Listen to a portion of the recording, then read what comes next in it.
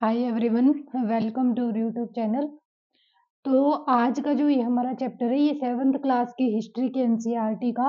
वैसे देखें तो हम ये चैप्टर नंबर 9th है और 10th चैप्टर जो है मैंने इससे पहले करवा दिया था, क्योंकि ये कई बार अलग अलग बुक्स के अंदर अलग अलग दिया होता है, अलग अलग साइट पे भी अलग अलग अपलोड कर दिए होते हैं। तो जिसके कारण जो हमने इससे पहले किया था राजनीतिक जो गठन वाला है वो चैप्टर था 10th चैप्टर, और अब ये हमारा 9th चैप्टर है, यानी कि वैसे देखें तो ये हमारा लास्ट चैप्टर है। इस चैप्टर के बाद में ये कल हमारी जो 7th क्लास की हिस्ट्री के एनसीईआरटी है वो कंप्लीट हो जाएगी। उसके बाद में हम कौन सी करेंगे, तो सामाजिक विज्ञान की एनसीईआरटी को शुरू करेंगे, और सामाजिक विज्ञान के एनसीईआरटी के बाद में देन हम 8th क्लास के ऊपर जाएंगे। तो शुरू करते हैं। हमारा आज का टॉपिक क्या है? क्षेत्रीय संस्कृतियों का निर्माण, यानी कि अलग अलग जो क्षेत्र थे वहां पर किस प्रकार से हमें अलग अलग कल्चर देखने को मिलता है। जैसा क्षेत्र वैसा ही उनका कल्चर, तो क्यों और कैसे देखने को मिला ये हमें देखो। क्या है इसमें, लोगों का वर्णन करने का एक सबसे सामान्य तरीका है उनकी बोलचाल की भाषा से उन्हें परिभाषित करना। जब हम किसी व्यक्ति को तमिल या उड़िया कहते हैं तो आमतौर पर इसका अर्थ होता है कि वह तमिल अथवा उड़िया भाषा बोलता है, तमिलनाडु या उड़ीसा में रहता है, और इसी तरह से हम प्रत्येक क्षेत्र को कुछ खास किस्म के भोजन, वस्त्र, काव्य, नृत्य, संगीत और चित्रकला से जोड़कर करते हैं। कभी कभी हम उन अस्मिताओं को भी मानकर चलते हैं और सोचते हैं कि ये युग युगांतरों से अस्तित्व में है, किंतु भिन्न भिन्न क्षेत्रों के बीच में विभाजक सीमाओं से बनने में समय की भूमिका रही है। जिन्हें हम आज क्षेत्रीय संस्कृतियां समझते हैं वे समय के साथ साथ में बदलती थी। ये क्षेत्रीय संस्कृतियां जटिल प्रक्रिया से विकसित हुई थी, और इस प्रक्रिया के तहत में स्थानीय परंपराओं और उपमहाद्वीप के अन्य भागों के विचारों के आदान प्रदान ने एक दूसरे को संपन्न किया। जैसा कि हम देखेंगे, कुछ परंपराएं तो कुछ विशेष क्षेत्रों की अपनी हैं, जबकि कुछ अन्य भिन्न भिन्न क्षेत्रों में से एक समान प्रतीत होती हैं, परंतु इसके अतिरिक्त कुछ अन्य परंपराएं एक खास इलाके के पुराने रीति रिवाज से तो निकली है, परंतु अन्य क्षेत्रों में जाकर उन्होंने एक नया, यानी कि कुछ परंपराएं जो है अलग अलग क्षेत्रों के अंदर अपनी अलग अलग परंपराएं हैं। ठीक है। और कुछ जो लोग थे ना वो एक स्थान से जब किसी दूसरे स्थान पे गए तो वहां पर जाकर उन्होंने कुछ चीजें उनकी संस्कृति के ले ली और अपनी संस्कृति की कुछ चीजें उनको दे दी, जिसके बाद में संस्कृतियों का मिलाप भी हमें देखने को मिला, जिससे जो संस्कृति बनी उसे हम क्या बोलते हैं, मिश्रित संस्कृति बोलते हैं। क्या बोलते हैं? हमेशा मिश्रित संस्कृति बोलते हैं। इसको क्या कहा जाता है? मिश्रित संस्कृति कहते हैं। ठीक है, अलग अलग संस्कृतियों के मिलान से जो संस्कृति बनी है। नेक्स्ट ये कहता है चेल और मलयालम भाषा का विकास, यानी कि चेल और मलयालम, मलयालम कहाँ की भाषा है? केरल की भाषा है। ठीक है। तो यहाँ पर जो भाषा विकास है वो कैसे देखने को मिलता है? भाषा और क्षेत्र के बीच में अंतर संबंध के एक उदाहरण से अपना विश्लेषण आरंभ करें। महोदयपुरम का चेल राज्य प्रायद्वीप के दक्षिण पश्चिम भाग में है, जो कि आज के केरल राज्य का हिस्सा है। 9वीं शताब्दी में स्थापित किया गया था। संभवतः मलयालम भाषा इस इलाके में बोली जाती थी। शासकों ने मलयालम भाषा एवं लिपि का प्रयोग करके अपने अभिलेखों में किया। वस्तुतः इस भाषा का प्रयोग उपमहाद्वीप के सरकारी अभिलेखों में किसी क्षेत्रीय भाषा के प्रयोग में सबसे पहले उदाहरणों में से एक था। यानी कि किसी भी क्षेत्रीय भाषा की हम बात करते हैं तो क्षेत्रीय भाषा में जो सबसे पहले जिस भाषा का इस्तेमाल किया गया वो भाषा कौन सी है? तो वो भाषा है मलयालम।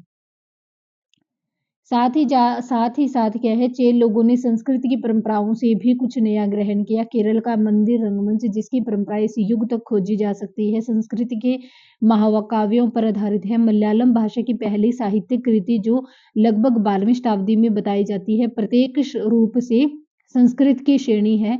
यह भी एक काफी रोचक तथ्य है कि 14वीं शताब्दी की का एक ग्रंथ लीला तिलकम है ये ग्रंथ का नाम, जो उदाहरण और काव्य शास्त्र विषयक मणि प्रबलम शैली में लिखा हुआ है। कौन सी शैली में? मणिप्रबलम शैली के अंदर लिखा है। मणिप्रबलम का शाब्दिक अर्थ होता है हीरा और मूंगा, यानी कि दो भाषाएं हैं इसके अंदर। संस्कृत और क्षेत्रीय भाषा कौन सी है? मलयालम है। क्षेत्रीय भाषा क्या है? मलयालम और संस्कृत के बारे में है ये। शासक धार्मिक परंपराएं और जगांथी संप्रदाय क्या है? देखो इसमें क्या है, अन्य क्षेत्रों में क्षेत्रीय संस्कृतियां क्षेत्रीय धार्मिक परंपराओं से विकसित हुई थी।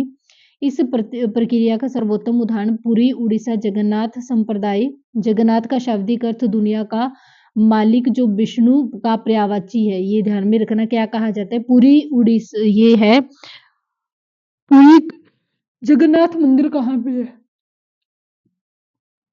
जगन्नाथ जो मंदिर है ये कहाँ पे है? पुरी के अंदर है। पुरी कहाँ है? उड़ीसा के अंदर है। ये कई क्वेश्चन के अंदर कई बार पूछा गया, जगन्नाथ मंदिर कहाँ पे है।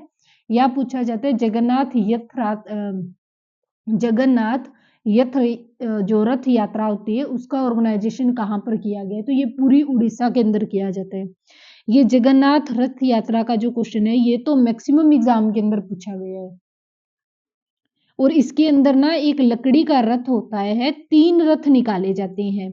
एक भगवान जगन्नाथ का होता है, एक भगवान इसका होता है बलराम का होता है, और एक उनकी बहन है सुभद्रा, उनका रथ होता है। 3 रथ निकाले जाते हैं और तीनों रथों को लोग हाथों से खींचते हैं। इनकी ये परंपरा है। और ये रथ जो होता है वो लकड़ी के रथ होते हैं, बड़े बड़े। आज तक जगन्नाथ की काष्ठ प्रतिमा स्थानीय जनजातीय लोगों के द्वारा बनाई जाती थी, जिसमें यह तात्पर्य निकलता है कि जगन्नाथ मूलतः एक स्थानीय देवता थे, जिन्हें आगे चलकर विष्णु का रूप मान लिया गया था। 12वीं शताब्दी में गंग वंश के एक अत्यंत प्रतापी राजा अनंत वर्मन ने पुरी में पुरुषोत्तम जगन्नाथ के लिए एक मंदिर बनवाने का निश्चय किया। उसके बाद में 1230 में राजा अनंगभीग तृतीय ने अपने पुरुषोत्तम जगन्नाथ को अर्पित कर दिया और स्वयं को जगन्नाथ का प्रतिनियुक्ति घोषित कर दिया। यानी कि ये मंदिर किसने बनवाया और कैसे बनवाया है। इसके बाद में नेक्स्ट देखो, जो जो इस मंदिर को तीर्थ स्थल यानी कि तीर्थ यात्रा के केंद्र के रूप में महत्व प्राप्त होता गया, सामाजिक और राजनीतिक मामलों में भी इसकी सत्ता बढ़ती गई। जिन्होंने भी उड़ीसा को जीता, जैसे मुगल, मराठी और अंग्रेजी ईस्ट इंडिया कंपनी, सबने इस मंदिर पर अपना नियंत्रण स्थापित करने का प्रयत्न किया। पर वे यह महसूस करते थे कि मंदिर पर नियंत्रण करने से स्थानीय जनता में उनका शासन स्वीकार्य हो जाएगा। इसके बाद में नेक्स्ट देखो, राजपूतों के बारे में बताइए। 19वीं शताब्दी में ब्रिटिश लोग उन क्षेत्रों को जहां आज का अधिकांश राजस्थान स्थित है राजपूताना कहा करते थे। किसको कहते थे? जहां का राजस्थान है उस क्षेत्र को वो क्या नाम देते थे? राजपूताना का नाम दिया करते थे। और जिससे यह समझा जा सकता है कि वह एक ऐसा प्रदेश था जहां केवल अथवा प्रमुख रूप से राजपूत ही रहा करते थे। लेकिन यह बात आंशिक रूप से सत्य है। ऐसे अनेक समूह थे जो उत्तरी तथा मध्यवर्ती भारत के अनेक क्षेत्रों में अपने आप को राजपूत कहते थे। यह भी सच है कि राजस्थान में राजपूतों के अलावा कुछ अन्य लोग भी रहते थे। तथापि अक्सर यह माना जाता है कि राजपूतों के राजस्थान को एक विशिष्ट संस्कृति प्रदान की। ये सांस्कृतिक परंपराएं वहां के शासकों के आदर्शों और अभिलाषाओं के साथ में घनिष्ठता के साथ जुड़ी हुई थी।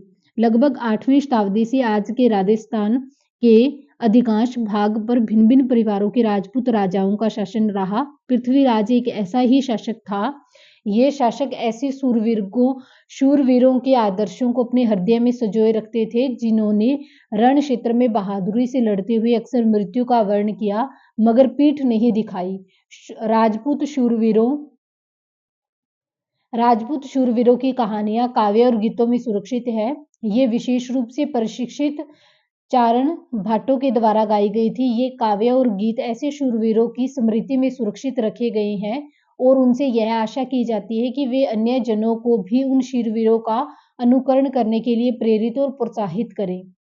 साधारण जन भी इन कहानियों से आकर्षित होते थे और इन कहानियों में अक्सर नाटकीय स्थितियों और स्वामी भक्ति, मित्रता, प्रेम, शौर्य, क्रोध आदि प्रबल संवेगों का चित्रण होता था। क्या स्त्रियों को भी इन कहानियों में स्थान प्राप्त था? जी हाँ, कभी-कभी वे झगड़े के कारण के रूप में विद्यमान हैं। जब पुरुष स्त्रियों को जीतने के लिए अथवा उनकी रक्षा करने के लिए आपस में लड़ते थे, कहीं-कहीं यह भी चित्रित किया गया है कि स्त्रियां अपने शूरवीर पतियों का जीवन-मरण दोनों का अनुसरण करती थी। सती प्रथा विधवाओं के द्वारा अपने मृतक पति को चिता पर जिंदा जल जाने की प्रथा का भी कुछ कहानियों में उल्लेख पाया जाता है। इस प्रकार जो लोग शूरवीरता के आदर्शों का पालन करते थे, उन्हें अक्सर इस आदर्श के लिए अपने जीवन का बलिदान करना होता था। सती प्रथा के ऊपर रोक किसने लगाई थी? तो सती प्रथा के ऊपर 1829 के अंदर लॉर्ड जो विलियम वेटिक था, लॉर्ड विलियम जो वेटिक था, विलियम जो कहे वेटिक जो था, इसके द्वारा रोक लगाई गई थी सती प्रथा के ऊपर। ये क्वेश्चन कई बार पूछा गया है। और इसके अंदर सहयोग किसने दिया था? तो राजा राम मोहन राय जो था ना, राजा राम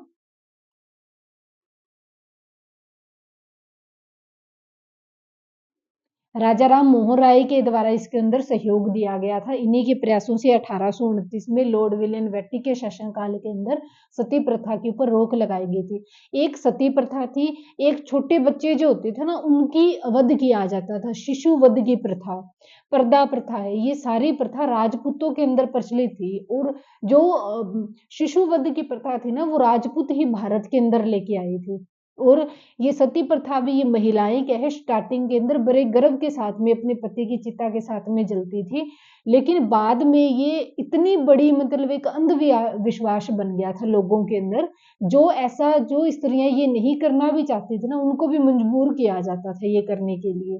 तो जिसके कारण ये एक मतलब बड़ा भयानक अंधविश्वास बन गया था, जिसका अंत लॉर्ड विलियम वेटिक के द्वारा किया गया था 1829 के अंदर। आज की क्लास में हम इतना ही टॉपिक डिस्कस करेंगे।